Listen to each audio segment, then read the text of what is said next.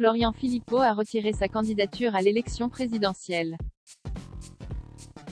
La nouvelle est tombée ce vendredi 18 février, alors qu'il n'avait récolté jusque-là qu'une seule des 500 parrainages obligatoires pour que sa candidature soit officiellement autorisée.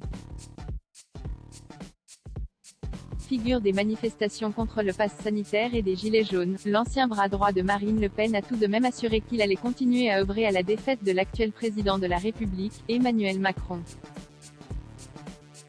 Confronté à un système de parrainage totalement verrouillé et vicié, le président du mouvement Les Patriotes a déclaré prendre acte de l'impossibilité d'aller au bout de sa candidature à l'élection présidentielle, annoncée en juillet dernier, au lendemain de la terrible intervention du président Macron sur le pass sanitaire. Un aveu de faiblesse qu'il n'avoue qu'à demi-mot, à moins de 2 mois du premier tour de la plus grande élection française. Objectif législatif pour Florian Philippot. Il faut dire que depuis son départ du Rassemblement national, Florian Philippot ne semble attirer plus que les marginaux. Après avoir fondé son propre mouvement intitulé Les Patriotes, l'ancien vice-président du parti d'extrême droite se montre très actif sur les réseaux sociaux, son principal terrain de communication pour lutter contre le confinement, le pass sanitaire, puis le pass vaccinal.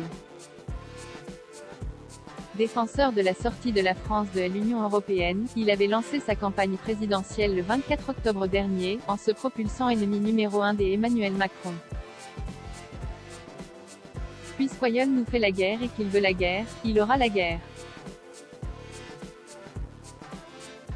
La France est dirigée par une oligarchie qui veut sa mort, avait-il alors déclaré, visant directement l'actuel chef du mouvement En Marche.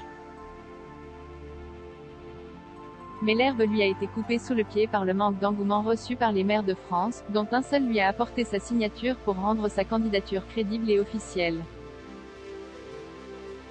C'est ainsi que Florian Philippot a été contraint de se retirer de la course à la présidence. Mais il adore et déjà annoncé continuer dans la politique, avec comme prochain objectif les élections législatives qui se tiendront durant le mois de juin prochain.